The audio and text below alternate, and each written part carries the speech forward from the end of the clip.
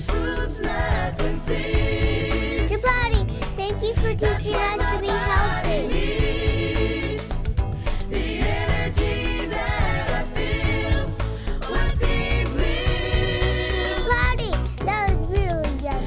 Like a kid with no toys. Health is my greatest joy. Come and see, come and be with our host Chapati.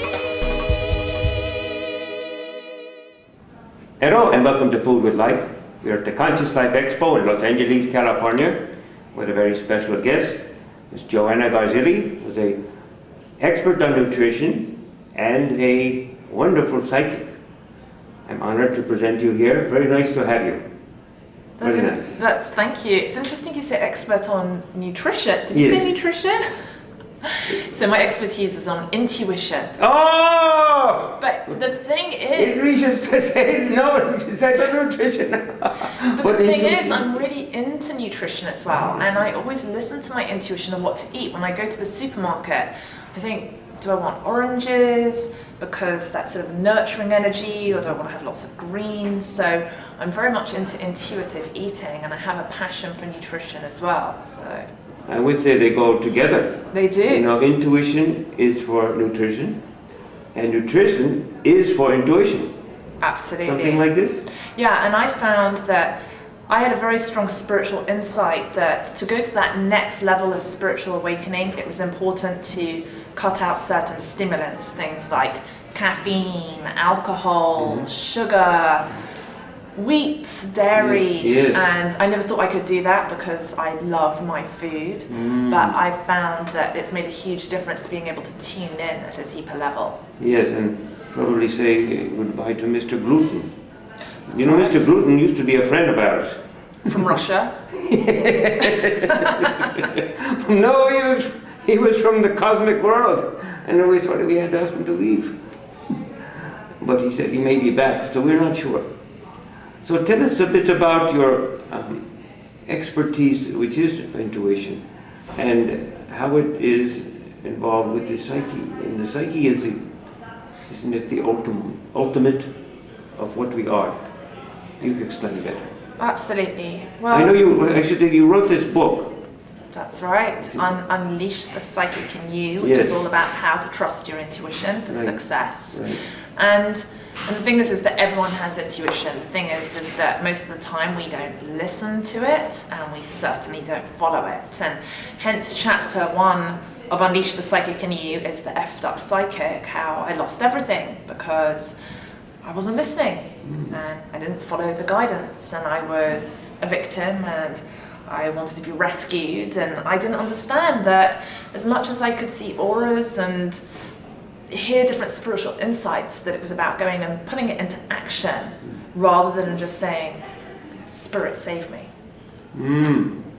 So when you get these inner guidances, is there a way you can be certain that it is correct?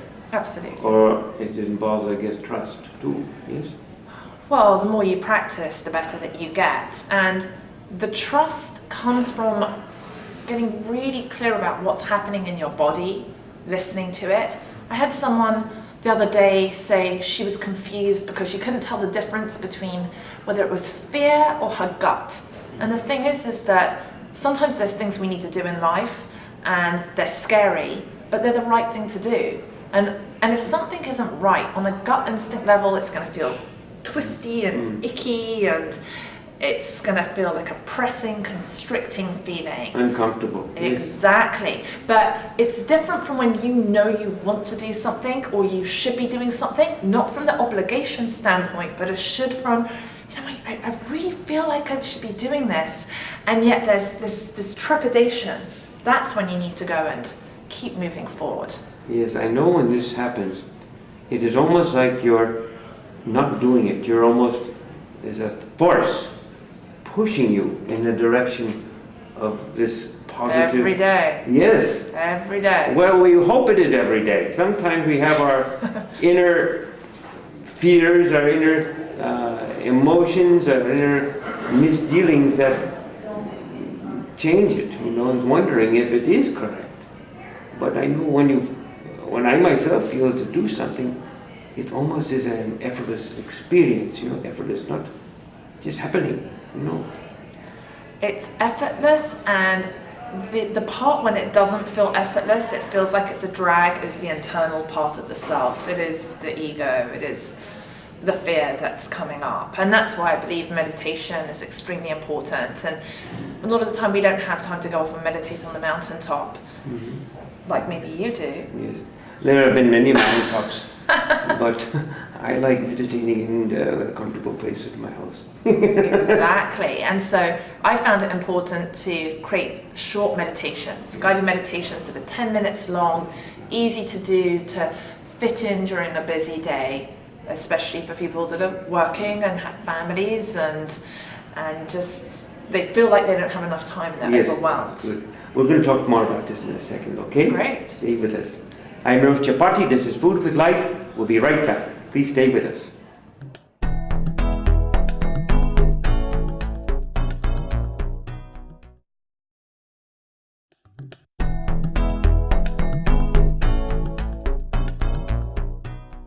Welcome back to Food with Life. I'm Rosh Chapati with our special guest, Joanna Garzilli, a wonderful intuitive and wonderful person who is giving us some words of wisdom. You talked about doing a 10-minute practice at home, which is good for self-guidance, intuition, and correct action, maybe. What would you say? All of that sounds good to me. Yes, absolutely. 10-minute meditation. A couple of meditations I created recently were the synchronicity meditation, because people are so often worried about not being in the right place at the right time, and so that gives one the ability to trust when a day doesn't seem quite like how it's meant to be going, to know that you are in that divine timing, things are working out just right, and to be able to get to that inner peaceful state.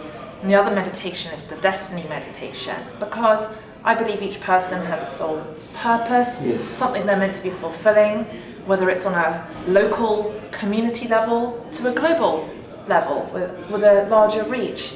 But it's important to take that time to connect in and listen to the soul and receive that greater insight. And from there, the destiny is revealed. Yes, everything unfolds. I know the one thing is a big hold up, and it is the word fear. And I say in my own words, fear is something because in fear is the word ear. And we do not listen to what is going on, so maybe the fear whoosh, climbs over us, So the meditation you are talking about has a way to help with the fear or these difficulties with stopping intuition? Exactly. I mean, again, the thing that clouds intuition is fear within the energy field, fear at a cellular level, and it's about peeling back those layers. And what I found in my own life is that there are multiple layers there. But the thing is that I think in the past I always thought, oh well, I'll get through these certain fears in my life, break through those obstacles, but then it's another set of challenges that comes up.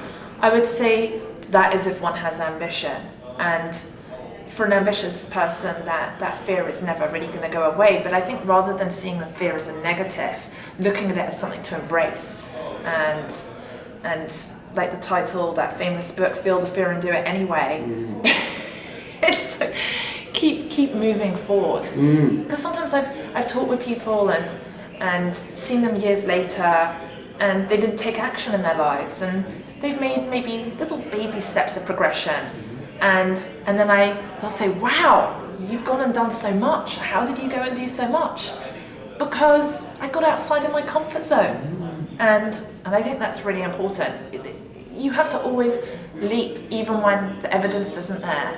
And sometimes it'll scare the crap out of you, but it's just go ahead and take the action anyway. Yeah, so risk.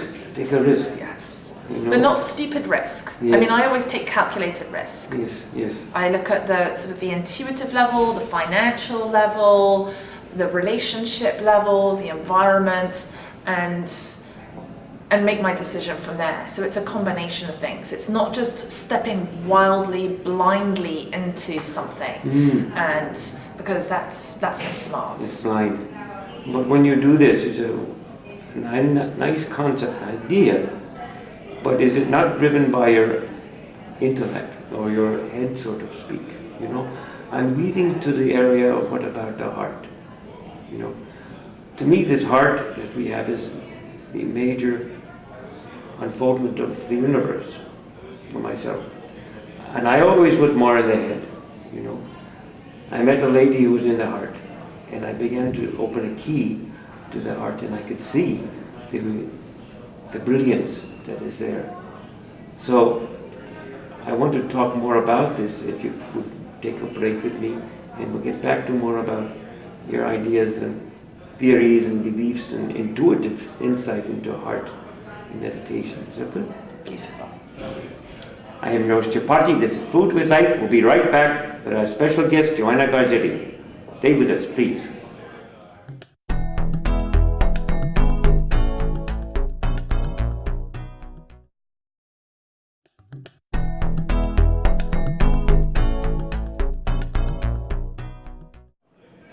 Welcome back to Food with Life. I am your host, Chapati, with our special guest, Joanna Garzilli, author of a wonderful book, Unleash the Psychic in You.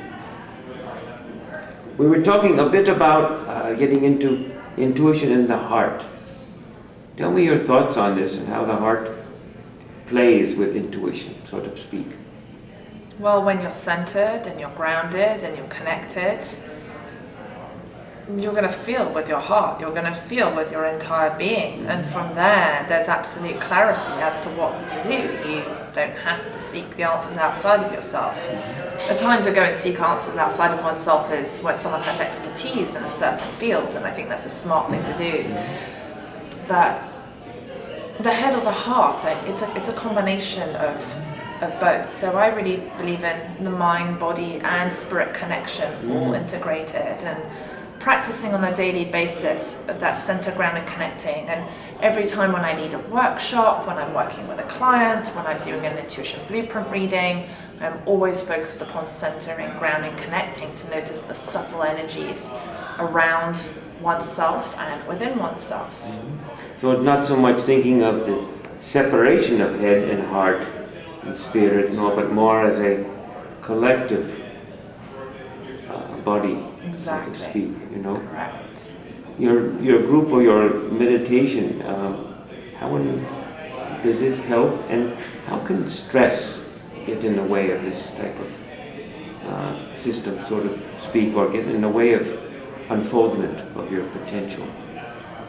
Well, stress doesn't get in the way of the meditation. The meditation is the thing to dissolve the stress. Yes. And stress is just when one isn't listening to the mind, to the body, to the spirit, and one isn't fulfilling one's soul's purpose. It's a tension that's created to push one back in the right direction. Because we always know what to do. It's just whether, again, it goes back to whether we listen to that or not and follow through on that. So could stress be good in a way, or not so good?